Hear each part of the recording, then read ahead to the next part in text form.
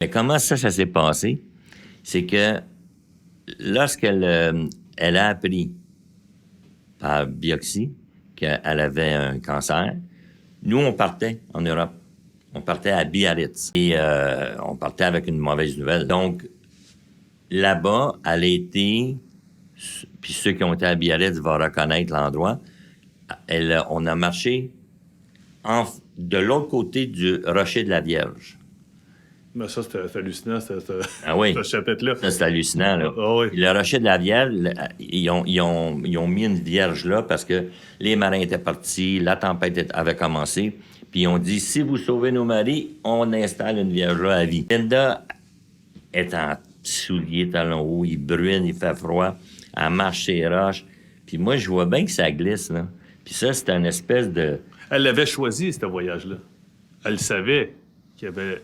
Ben, elle avait... tu poses des bonnes questions, mais il faut que je te dise les vraies réponses. Sûrement qu'elle le sentait qu'il fallait qu'elle aille là. Non, c'est qu'un mois avant, elle a rencontré un client. OK. Puis le client avait une maison à Biarritz. OK. Puis elle l'a vu dans sa tête.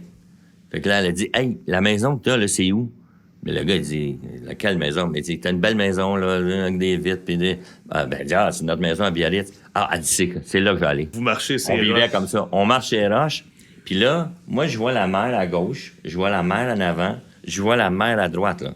Puis la mer à Biarritz est agitée. Tu y vas pas, là. Tu y vas pas. Et là, moi, je la tiens. Non, je la tiens plus parce que Non, elle est rendue loin, va plus là, vite. dans tout. Elle se tient vers une chaîne. Et elle ne t'écoute pas, là. Elle n'entend rien. Elle m'écoute pas, elle n'entend rien. Et là, elle regarde la Vierge et je vois bien qu'il se parle. Et moi, je vois, tout d'un coup, ça aussi, là, c'est incroyable, là. Je suis là, moi, je l'ai vécu. Hey, je vois une vague, là. On est sur une petite falaise, là, de 20 pieds. Mais je vois une vague, là, monter de 20 pieds et venir arroser toute la roche de 4 pouces. Donc, nos souliers jusqu'à la cheville est dans l'eau. Là, je dis, c'est assez, je la ramène. Alors, je m'avance, je prends sa taille, j'ai dit, lâche la chaîne, viens-t'en. On a reculé, on s'en est sorti. Elle me compte le soir, elle dit, Pierre, je veux quand même te dire ce qui s'est passé.